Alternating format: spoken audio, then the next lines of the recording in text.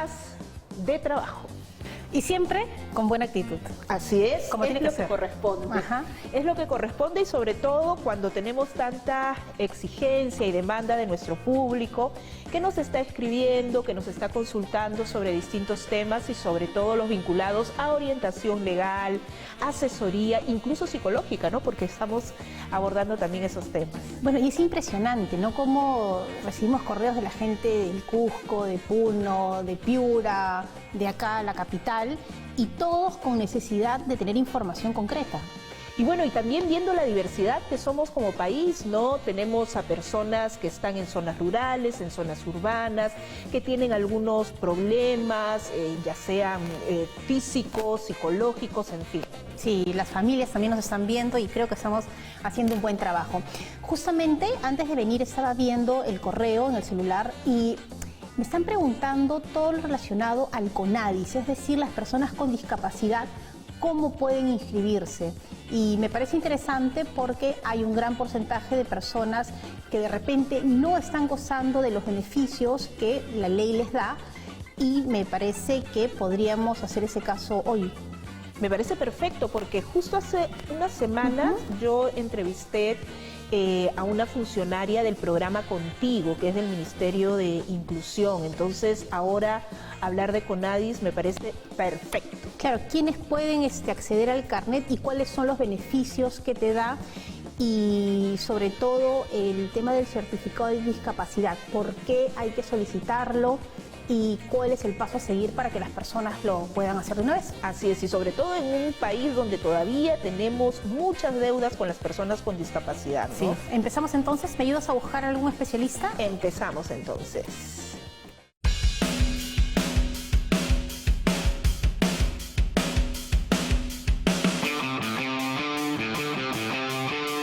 Fátima, estaba viendo justo en la página del CONADIS que hay un registro nacional de las personas con discapacidad. Más de 300.000 se han registrado ya.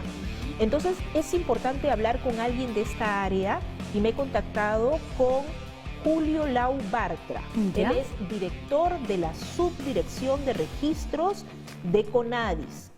Él va a venir ya dentro de poquito, ya está llegando, y con él vas a poder conversar sobre todo lo que hemos hablado, ¿no? Qué requisitos hay para el registro y qué beneficios también están dados a partir de esto. Claro, y sobre todo también conocer un poco sobre el certificado para solicitar este carnet y también cómo se tramita. Ya está llegando entonces. Ya está llegando, así que a la entrevista. Sofi, juntas, no sé, muy bien esto. Voy a ver. Luego de Anamita. Te cuento qué es lo que me dices. Ya.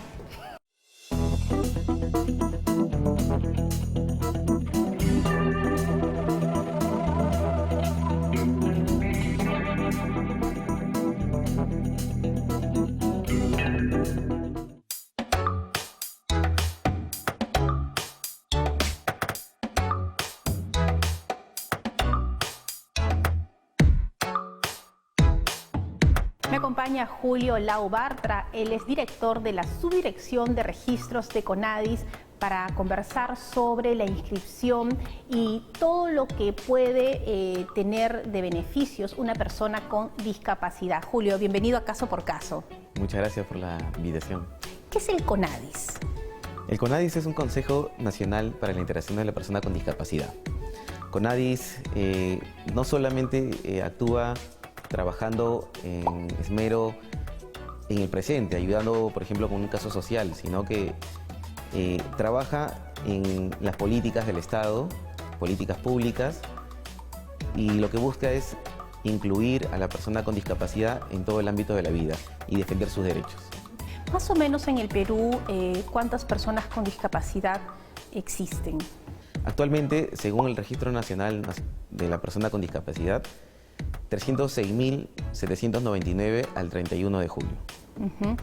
Y tengo entendido, según lo que hemos estado investigando antes de conversar contigo, es que existe un carnet luego que te inscribes y que te da beneficios. Sí, el carnet de discapacidad actualmente, bueno, creo que todos lo conocemos, es un carnet que lo diferencian por dos colores, el carnet amarillo y el carnet celeste, ¿no? Este plástico, este carnet, es el documento que va a acreditar a la persona con discapacidad que está inscrito en el Registro Nacional de la Persona con Discapacidad. Ahora, cuando hablamos de dos tipos de carnet, ¿a qué hace referencia? ¿Al grado de la discapacidad? El color amarillo, como mencioné, es el nivel de grado severo, y el celeste es leve y moderado.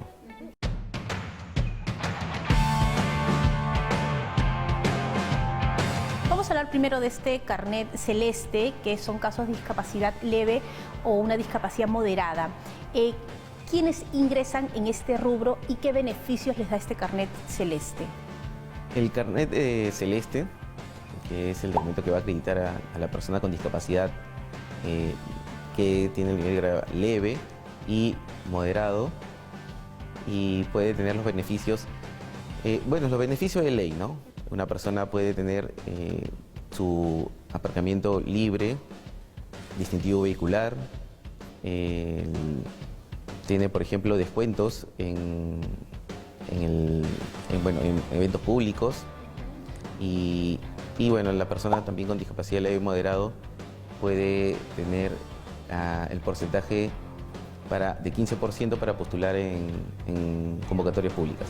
Y además que es muy importante porque, está demostrado que una discapacidad leve o moderada no es un impedimento para desarrollar una vida como todos los que no tenemos una discapacidad, pero sí que este carnet frente al empleador te da ciertos rangos y ciertos permisos que necesita una persona con discapacidad leve o moderada, ¿no? O cierta atención. Claro que sí. La discapacidad no es una incapacidad. Exacto. CONADIS ha trabajado y sigue trabajando no solamente pensando en el presente, ¿no? en los apoyos sociales, sino CONADIS viene trabajando en un futuro, que es con políticas públicas que en un futuro ellos puedan desarrollarse y puedan trabajar con normalidad, y puedan desarrollar gestiones como cualquier otra persona lo puede realizar.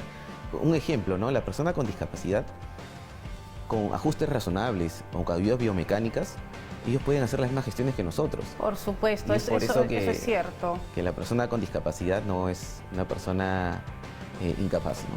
Eso es lo importante, y sobre todo trabajar en el tema de autoestima. Vamos a hacer una pequeña pausa y vamos a regresar para hablar sobre los beneficios del carnet amarillo. Volvemos.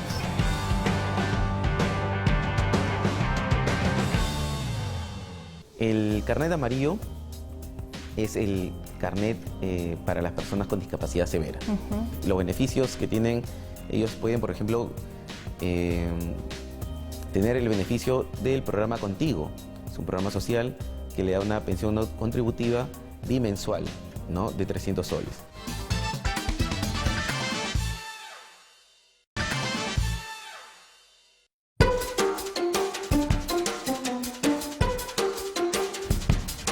¿Sabías que RENIEC ofrece la alternativa de realizar trámites bilingües?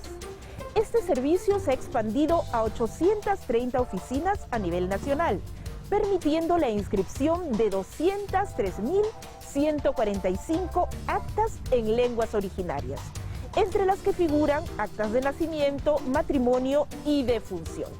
El objetivo de este servicio es que las poblaciones originarias puedan interactuar con el Estado en igualdad de condiciones y además contribuye a la preservación de las lenguas maternas.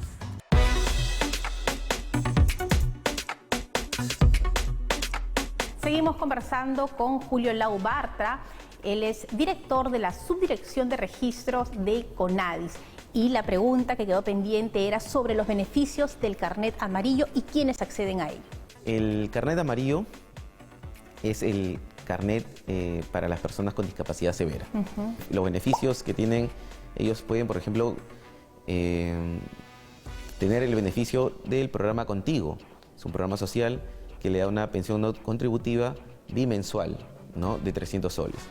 Entre otros beneficios es, esta persona también puede tener el pase libre, ¿no? A las por ejemplo, en el metropolitano, Al transporte el público, transporte urbano, interurbano. Y también tengo entendido que hay un 50% de descuento para que puedan ingresar a espectáculos culturales, artísticos, deportivos. Sí, claro que sí, para todo lo que son eventos públicos. Ahora, ¿es muy complicado tener este carnet? No. No. Nosotros ya hemos simplificado, ¿no?, la obtención, la inscripción y todo ello.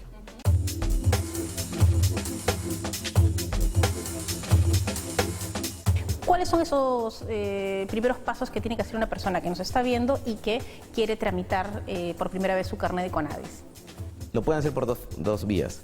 Uno, por mesa de partes, ¿no?, que es los requisitos, el formulario y el certificado. La foto es opcional, ¿no? La foto es opcional, podemos sacar la foto del DNI. Después de 5 días, de 3 a 5 días, ya la persona tiene su carnet físico y ahora existe la otra opción y es la plataforma virtual Mi Registro en todo el Perú. Esta plataforma es una plataforma amigable, fácil manejo, que lo puedes hacer de cualquier parte del Perú. Solamente necesitas tener acceso a internet. Una persona puede ingresar desde su celular, desde una laptop o una tablet o una computadora. Puede ingresar y llenar el formulario virtual. Esto le va a tomar entre 7 minutos, adjuntar su certificado de discapacidad y colocar un correo electrónico. ¿Por qué es importante el correo electrónico? Porque la persona al tercer día va a recibir su carnet virtual. Es una novedad, ¿no? El carnet virtual tiene la misma validez que un carnet físico. Tenemos los estándares de seguridad para que una persona con su carnet virtual, leyendo el QR, puede ingresar, por ejemplo, a la línea 1, al metropolitano, ¿no?, que le pueden leer el escáner. Esta plataforma virtual tiene 7 servicios, desde una modificación de la persona con discapacidad, la inscripción propiamente dicho, distintivo vehicular, entre otros servicios que brinda la inscripción y esta plataforma virtual. Y en tercer o quinto día ya tiene la persona con discapacidad en físico su carnet y al tercer día su carnet virtual, ¿no?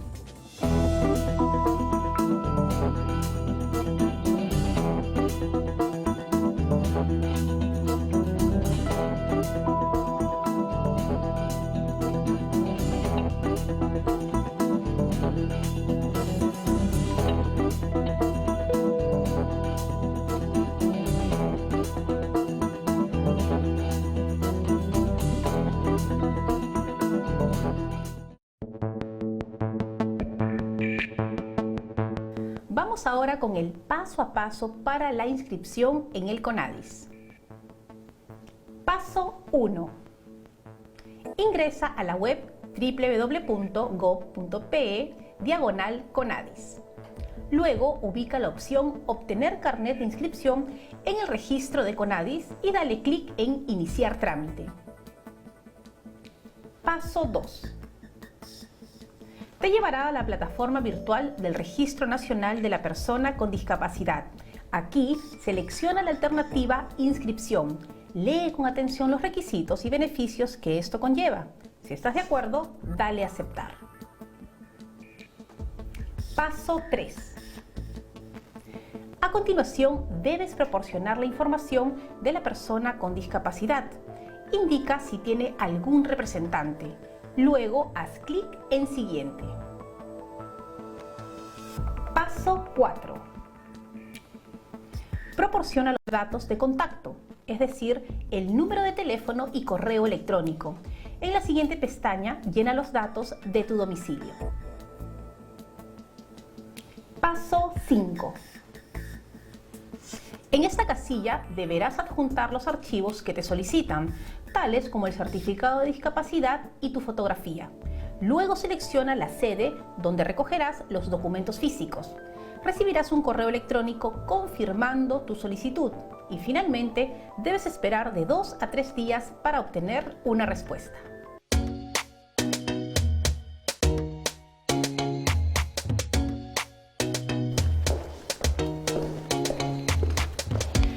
Listo, Sofi.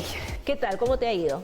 Bueno, muy interesante porque he descubierto que, por ejemplo, en el caso de las personas con discapacidad, pueden acceder a dos tipos de carnet. Hay un carnet amarillo que se le entrega a las personas con discapacidad severa. Un médico tiene que determinarlo, es decir, que no puedes valerte por ti mismo. Y también hay un carnet celeste que es para las personas con una discapacidad moderada. Pero el carnet amarillo, por ejemplo, te permite pase libre en todo el transporte público, urbano e interurbano. Y además también tienes el 50% de descuento para ingresar a cualquier espectáculo cultural o deportivo. Ay, mira, qué interesante y qué bueno que haya esa propuesta para las personas con discapacidad. Finalmente el Estado tiene la responsabilidad de protegernos independientemente de nuestras condiciones. Así que Sí. sumamente importante la información que has logrado obtener. Mira, yo estoy viendo un tema vinculado al sistema de riego porque ha llegado un correo de un televidente de Tarma. Entonces, él está interesado en mejorar este riego para las hectáreas que tiene y me parece que va a ser importante hablar con el programa subsectorial de irrigaciones del Ministerio de Desarrollo Agrario, que tiene precisamente los detalles sobre cómo mejorar el riego en las chacras, en las hectáreas que se tienen.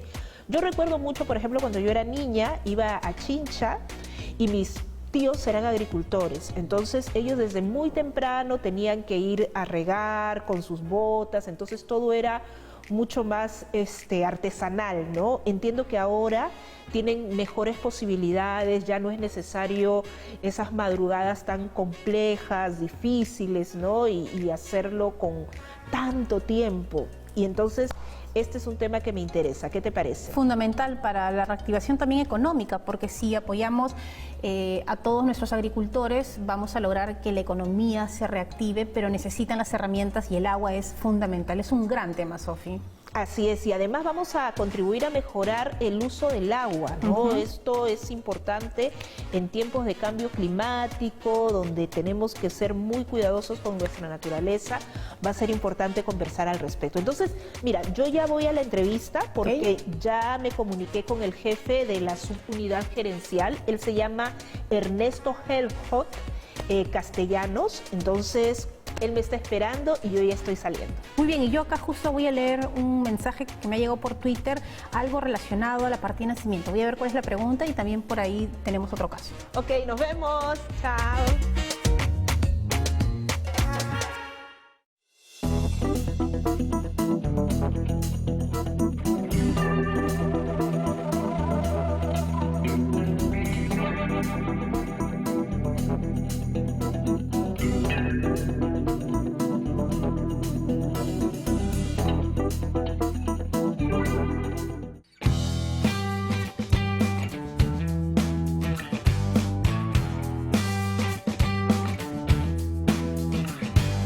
¿Qué tal, señor Helfot? Estamos aquí en Caso por Caso porque estamos muy interesados en hablar sobre el sistema de riego que hay en nuestro país. Entonces, por eso está totalmente invitado y vamos a tener una conversación al respecto. Muchísimas gracias por la invitación. Ante todo, el saludo de nuestro ministro de Agricultura, Víctor Maita, y de nuestro director ejecutivo, el señor Renato Delgado, ¿no? Dispuesto a atenderlos. ¿Qué es el PSI? ¿A qué nos estamos refiriendo con eso? Cuando nos referimos al PSI, estamos hablando del Programa Subsectorial de Irrigaciones. Es un organismo público adscrito al Ministerio de Desarrollo Agrario y Riego. Y bueno, el PSI tiene como misión, digamos, promover el uso eficiente del agua para riego en nuestro sector agricultura. ¿Qué es el Sistema Nacional de Riego? Es decir, ¿qué maneras tenemos de poder hacerlo para nuestros agricultores? Bueno, cuando hablamos de riego y también hablamos de irrigaciones, ¿no?, que podrían, digamos, ser más o menos temas similares, nos referimos a que dentro de una cuenca hidrográfica, es decir, en el campo, como le decimos, tenemos nosotros diferentes maneras de utilizar el agua y diferentes formas también de mejorar el uso del agua, ¿no? desde la infraestructura mayor que se ubica en las cuencas altas y medias a través de la construcción, la implementación de reservorios, bocatomas, canales de irrigación para llegar, digamos, a la parcela o a las chacras que le llamamos. En todas esas instancias nosotros podemos hacer un uso eficiente del agua, ¿no? Tenemos maneras y tenemos tecnología de hacer para llevar a cabo esas mejoras. ¿Y este sistema de riego es por goteo, es por aspersión? ¿Cómo se determina que sea de una u otra forma? A nivel de parcela nosotros podemos implementar diferentes métodos de riego. Lo que tradicionalmente se utiliza y uno puede visualizar a lo largo de nuestra costa y nuestra sierra mayormente son los sistemas de riego por surcos o riego por gravedad. Entonces son sistemas tradicionales que realmente no nos permite tener un uso eficiente del agua. Se desperdicia mucha agua y por tanto tenemos métodos de riego mejorados. Por ejemplo, el riego por aspersión es uno de ellos. Mediante el riego por aspersión lo que hacemos es simular la lluvia. Como en la sierra cae la lluvia, pero esta vez con el riego por aspersión yo voy a decidir cuándo va a llover y durante cuánto tiempo va a llover. Ese es un método de riego importante y conocido, el método de riego por aspersión. Tenemos además también el método de riego por goteo, en el cual el agua ya no viaja por surcos, sino esta vez viaja por mangueras, como las mangueras que se utilizan, digamos, en los jardines, pero especiales, diseñadas. Y cada surco va a tener una manguera, y dentro de cada manguera hay un pequeño agujero diseñado, y va a caer el agua gota por gota exactamente donde están las raíces. Ese es el método de riego por goteo, ¿no? Diríamos que son dos métodos con los cuales podemos ahorrar una gran cantidad de agua y mejorar también la producción, ¿no?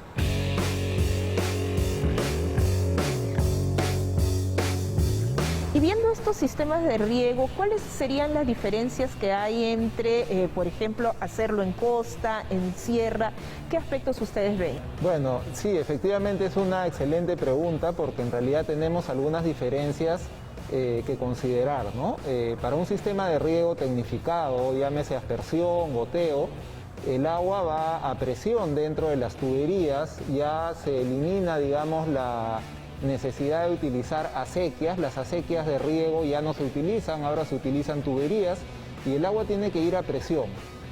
Entonces, para que el agua vaya a presión, necesitamos entregarle energía al sistema de riego y esto implica el uso de equipos de bombeo, motores y bombas.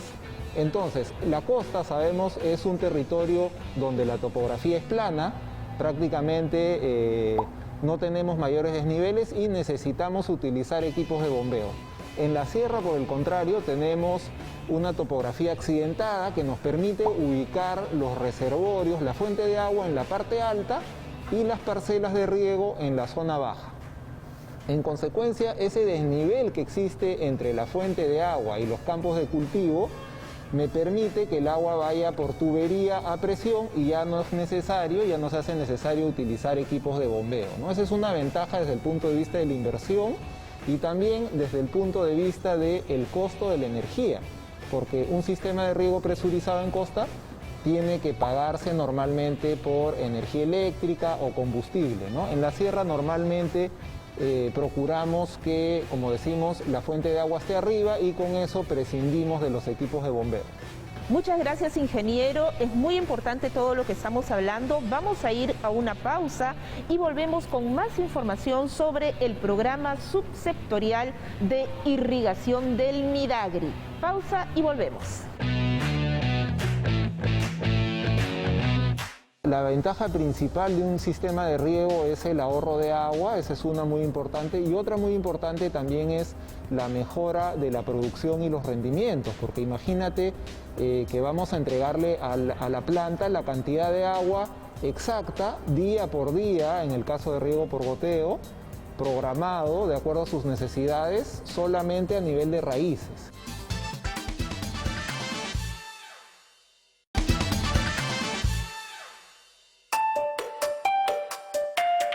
El Museo Nacional del Perú es una de las obras más emblemáticas de los últimos años. La idea de su construcción se remonta al 2014, año en que el Ministerio de Cultura lanzó un concurso para encontrar la mejor idea arquitectónica. Hacia el 2016 se puso en marcha la construcción de este recinto en el distrito de Lurín, siendo finalmente inaugurado el 24 de julio de este año en el marco del Bicentenario de la Independencia del Perú. El Museo Nacional del Perú tiene como misión ser un espacio de diálogo y encuentro a través de la protección y valoración de la diversidad cultural.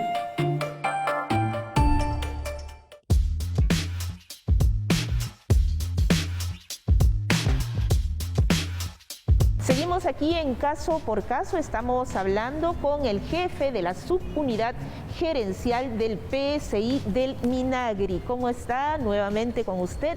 Queremos saber cómo podemos acceder al programa de riego tecnificado.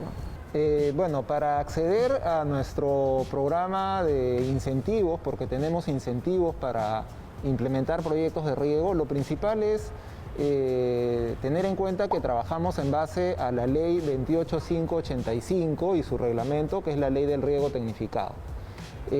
Aquí se establece que los incentivos son para proyectos grupales, es decir, trabajamos con grupos de agricultores que se puedan asociar y puedan trabajar conjuntamente en torno a de repente algún cultivo rentable que ellos vengan manejando, o de repente en torno a organizaciones de usuarios de agua que ya existen. Un comité de regantes, por ejemplo, es un grupo de agricultores y los grupos así establecidos deberán contar con su documento de propiedad del terreno y con su licencia de uso de agua. Ese es un primer requisito para, conformar un grupo y ese grupo pueda después seguir adelante con todos los pasos que se requieren, ¿no? ¿Hay algún límite o un mínimo de hectáreas quizás que comprenda este sistema de riego? Así es. Nosotros, de acuerdo a lo que se indica en la norma, tenemos un mínimo de 5 hectáreas por proyecto y lógicamente un mínimo de 2 agricultores. Pero en realidad lo que estamos promoviendo últimamente son proyectos de un poquito de mayor escala, de mayor envergadura, ¿no? Es decir, tenemos experiencias, por ejemplo, en Ayacucho, en Cajamarca, donde hemos logrado cambiar el sistema de riego de un comité de regantes completo. Estamos hablando de 100 hectáreas, 80 hectáreas, 120 hectáreas y digamos que el efecto es mucho más notorio, es mucho más beneficioso para los agricultores, ¿no? ¿Y cuáles serían las ventajas en ese sentido? ¿Por qué los agricultores tendrían que cambiar de modalidad en este sistema de riego? En principio la ventaja principal de un sistema de riego es el ahorro de agua, esa es una muy importante, y otra muy importante también es la mejora de la producción y los rendimientos, porque imagínate que vamos a entregarle a la planta la cantidad de agua exacta día por día, en el caso de riego por goteo, programado de acuerdo a sus necesidades solamente a nivel de raíces. Entonces eso tiene un efecto en la producción, va a incrementar la producción definitivamente. Y los beneficios que podemos tener, por ejemplo, en la zona altoandina o en la sierra es que normalmente los agricultores sacan una sola campaña, una sola cosecha, que le llaman la campaña grande, ¿no? Siembran en época de lluvia y en época de estiaje, es decir, cuando no llueve, pues no sale la producción. En el caso de los sistemas de riego por aspersión, por ejemplo en la sierra, lo que hacemos es incluimos obras de almacenamiento, de manera que en época de estiaje los agricultores pueden sacar una segunda campaña. Entonces eso es muy beneficioso para ellos.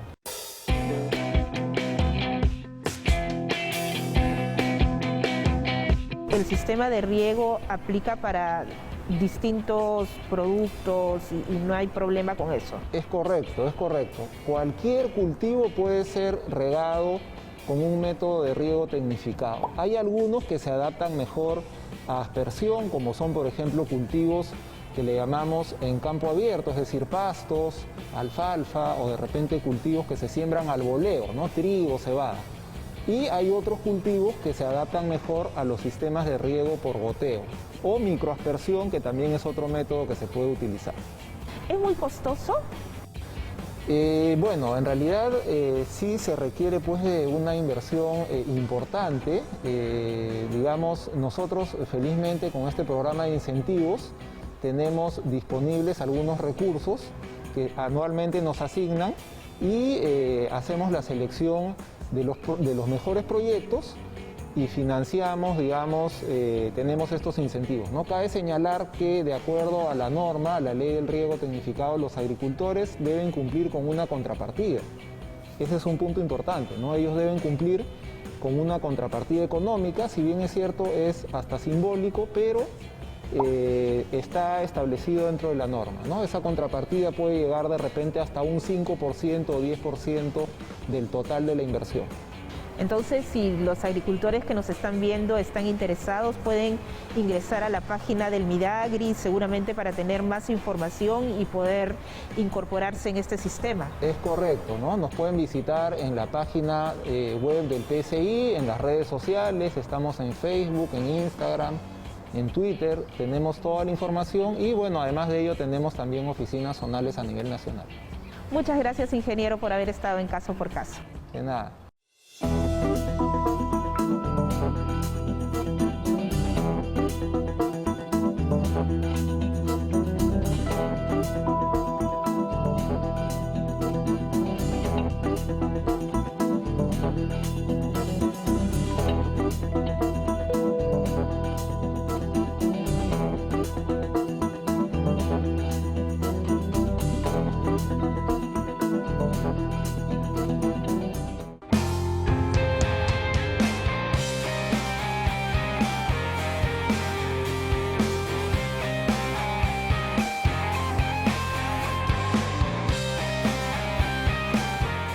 ¿Qué tal? Hola, Sofi. Bueno, acá viendo algunas cosas. ¿Cómo te fue a ti? ¿Pudiste lograr la entrevista? Sí, fue bastante bien, bastante interesante todo lo que me dijo el funcionario y sobre todo considerando que hay una ley que regula precisamente todo lo vinculado al sistema de riego tecnificado. Aquí traje el reglamento de la ley y estipula cómo el Ministerio de Desarrollo Agrario es el ente rector, pero es importante la participación de los gobiernos regionales, de los gobiernos locales. También hay diferencias entre lo que se hace en costa o en sierra. Por ejemplo, en la costa el sistema de riego tiene que ver más con el goteo. El riego por goteo. El riego por goteo. En cambio, en sierra es por aspersión. Entonces es una especie de lluvia, ¿no? Artesanal, obviamente, todo lo vinculado a esto, pero que ayuda mucho a los agricultores de la zona de sierra. Entonces, importante tener este reglamento, importante que ellos conozcan y sobre todo que al final esto les va a ser muy beneficioso, ¿no? Hay una inversión inicial, hay que agruparse, por ejemplo, con los vecinos, con quienes estén cerca a las hectáreas que pueda tener 1 o 2 o 3 agricultores y de esta manera, de forma conjunta, van a poder tener un sistema de riego que los beneficie. Bueno, es fantástico, ¿no? Para tener una idea, aquí en la Costa Verde, en el litoral peruano, no era Costa Verde, sino era Marrón, se hizo ese sistema de riego por goteo y ahora sí tenemos muchas zonas de verde. Es muy interesante eso, Sofía. ¿Te acuerdas que cuando estaba saliendo te comenté que al Twitter me había llegado un mensaje? Es sobre el próximo tema que creo que vamos a tratar. Es una chica que me cuenta que inscribieron mal su nombre en su acta de nacimiento, antes le decíamos partida, y que eso le ha generado un montón de problemas en el colegio, en la universidad y ahora para recibir una herencia. Wow. Entonces, mira, ya se pone más complejo, ¿no? Era una herencia y claro, suena... colegio, universidad y ahora una herencia que va a recibir. Entonces, quiero saber cómo se puede rectificar, es decir, bueno, nos podemos equivocar al momento de hacer una inscripción, pero ¿cómo se hace la rectificación? ¿Cuáles son los pasos? Y finalmente, ¿cuánto dura este proceso, no? De repente ella está apurada por utilizar esta herencia y me dice, ¿qué hago? Entonces, creo que es un tema que va a ayudar también a muchas personas. Sí, va a ayudar a muchas personas y además, por ejemplo, saber si los trámites que ha hecho antes serían inválidos, si se cambia el apellido como debe ser, en fin. Hay tanto que conocer al respecto. Bueno, ¿me ayudas a buscar a algún especialista? Te ayudo, entonces. Yo te ayudo. Vamos a ver, rectificación de terminamos. datos, ¿no? De actas de nacimiento. Ok.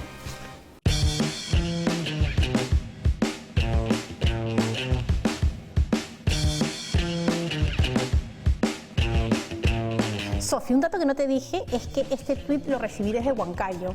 Entonces he pensado que la persona que nos puede dar solución a este problema tendría que ser un funcionario público de esta parte del Perú. Y justamente he encontrado a Iván Eguiluz, que él es jefe de la Oficina de Registro Civil de la Municipalidad de Huancayo. Ay, qué bien. Entonces, ¿ya lo vas a entrevistar? ¿Has Sí. contactado con él? Ya estoy lista para hacer un Zoom y justamente preguntarle porque hay un montón de casos, sobre todo vinculados a las herencias. Entonces hay que cambiar y rectificar las partidas. Bueno, entonces, ¿te vas a hacer la entrevista? Sí, me preparo para la entrevista y a ver qué sorpresas y novedades traigo. Perfecto. Yo sigo aquí viendo mi tema para redondearlo y así Listo. cerrar bien.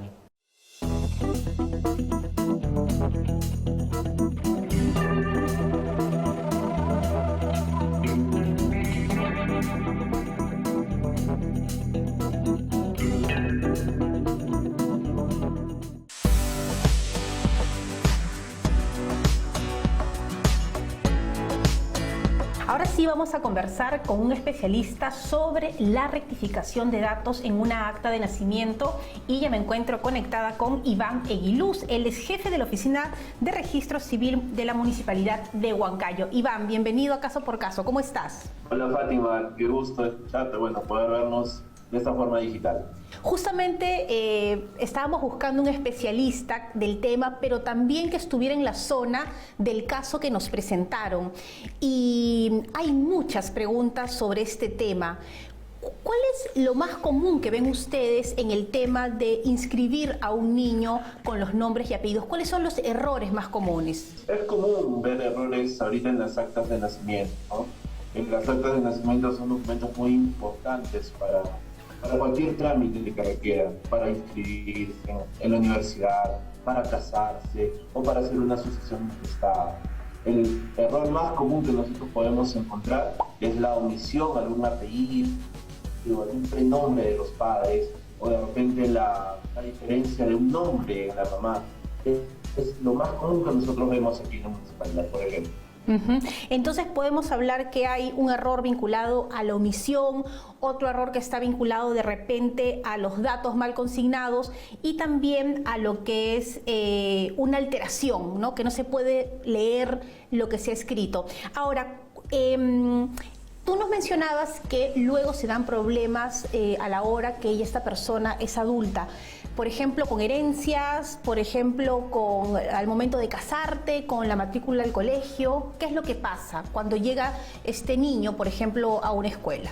Lo que pasa es que todos los datos del DNI tienen que coincidir con las actas que nosotros presentamos, ¿no? Hay que tener en cuenta que para poder casarte, por ejemplo, te piden un acta de nacimiento. Y si esa acta de nacimiento no coincide con los datos que tú estás proporcionando para el trámite, lamentablemente te van a observar ese trámite. Van a generar una solicitud de rectificación. Para ello, tienes que hacer la rectificación por la vía administrativa, por la vía notarial, o por último tener que llegar a una vía judicial si no tenemos los documentos de sustento para ello.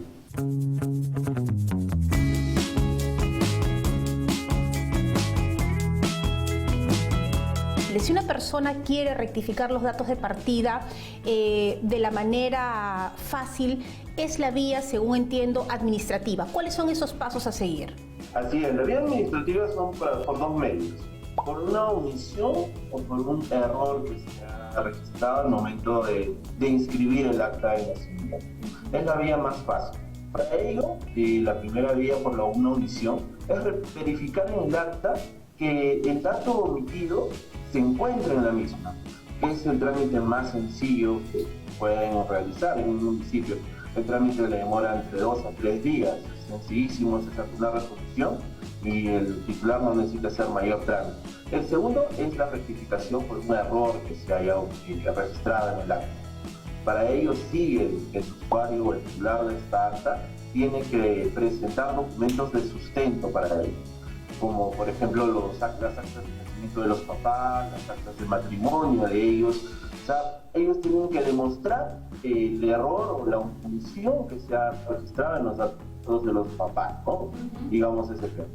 El trámite sí requiere de un tiempo de trámite, que son más o menos unos 20-25 días, porque se tiene que realizar una publicación en diario, de circulación nacional, local, o de repente si es un centro poblado, tiene que realizarse en una vitrina, un mural que tenga el centro poblado, ¿no? Entonces, de acuerdo al sitio donde tú realices la inscripción. Entonces, ¿esta es una vía notarial? Administrativa. Administrativa. Muy bien, entonces yo te pido, por favor, Iván, que nos sigas acompañando. Vamos a hacer una pequeña pausa y vamos a regresar para conversar ya sobre los temas vinculados a una notaría y también por la vía judicial. La vía judicial es el extremo de todo. El extremo de todo en el caso de que cuando no tenemos cómo demostrar los datos que queremos corregir. Digamos que mi papá se llamaba Juan Suárez, pero no tengo el acta de nacimiento, no tengo una partida de bautizo de mi papá.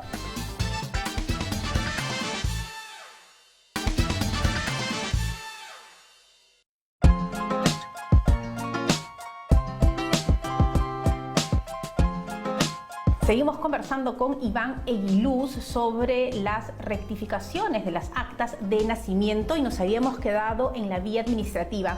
Iván, ¿en qué casos uno tiene que asistir a un notario para rectificar los datos? Bien, en la vía notarial nosotros la usamos como usuarios, te hablo.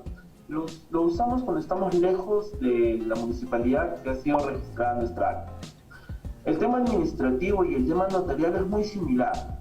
Las rectificaciones y los documentos de sustento generalmente son los mismos que te piden tanto la municipalidad como la notaría. Los tiempos son los mismos. La única diferencia que el administrativo te genera una resolución registral y la notaría te genera una escritura para poder llevar a la municipalidad. Ellos, las personas, no, digamos, el acta de nacimiento ha sido inscrita en Tacna, pero actualmente me encuentro viviendo en Ucayali y quiero rectificar mi acta.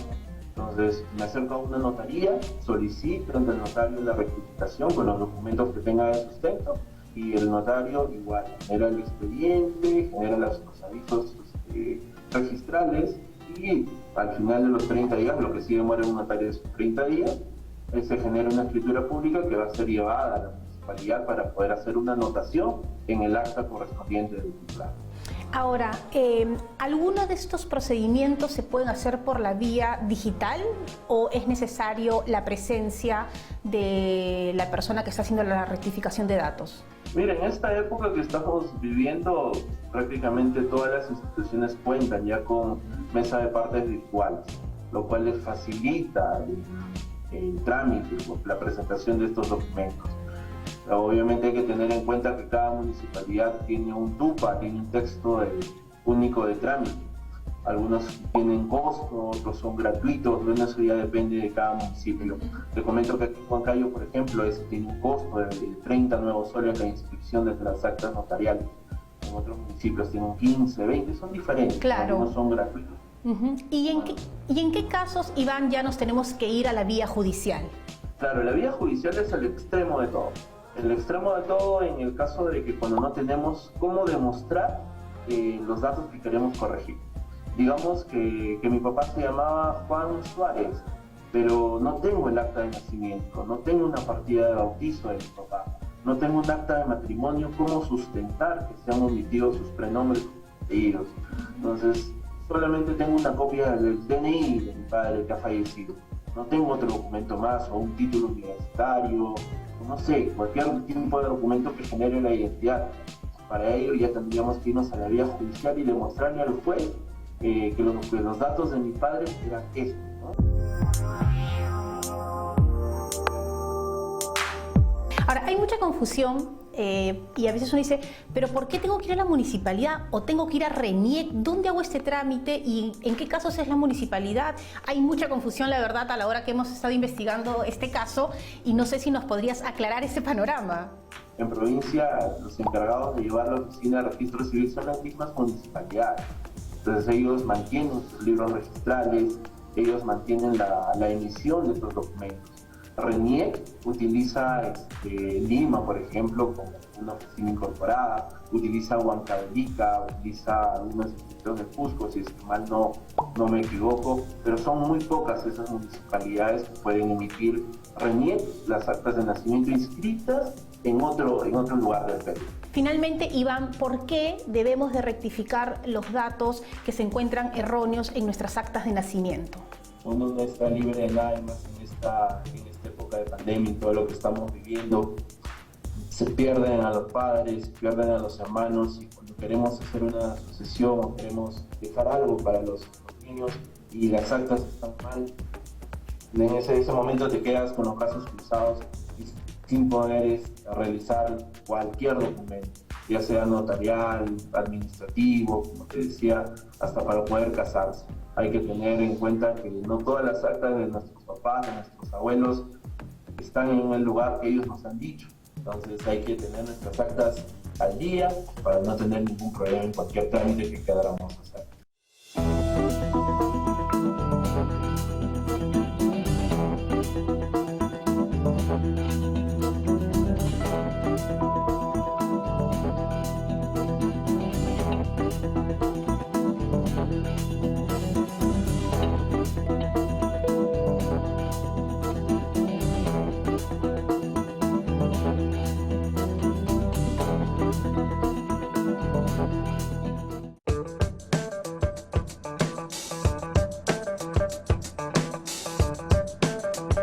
Así terminamos el programa, Sofi, con importantes recomendaciones y conclusiones. Una de ellas es recordar la importancia que las personas con discapacidad se registren en el Consejo Nacional para la Integración de la Persona con Discapacidad, CONADIS. Y ahora se puede hacer a través de la plataforma virtual Mi Registro en todo el Perú.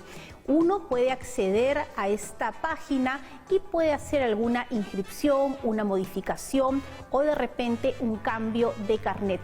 Recuerden que el carnet amarillo y el carnet celeste es fundamental para poder acceder a todos los beneficios que merecen las personas con discapacidad en el Perú.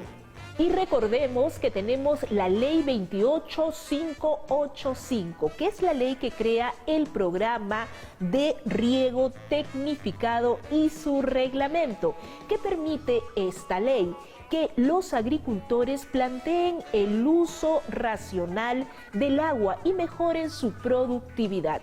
Es importante también señalar que el sistema de riego puede ser por goteo o por aspersión. Esto será evaluado en los proyectos que se presenten al Ministerio de Desarrollo Agrario.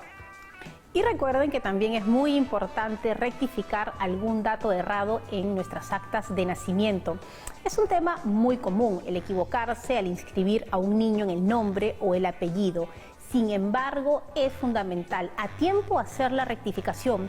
De esta manera vamos a evitar problemas posteriores, como por ejemplo cuando los inscribimos en el colegio, en la universidad o cuando tienen que ver un caso de herencia como lo que hemos visto hoy en el programa. Y además que también nos va a evitar problemas cuando tengamos que hacer algún trámite notarial, judicial o administrativo.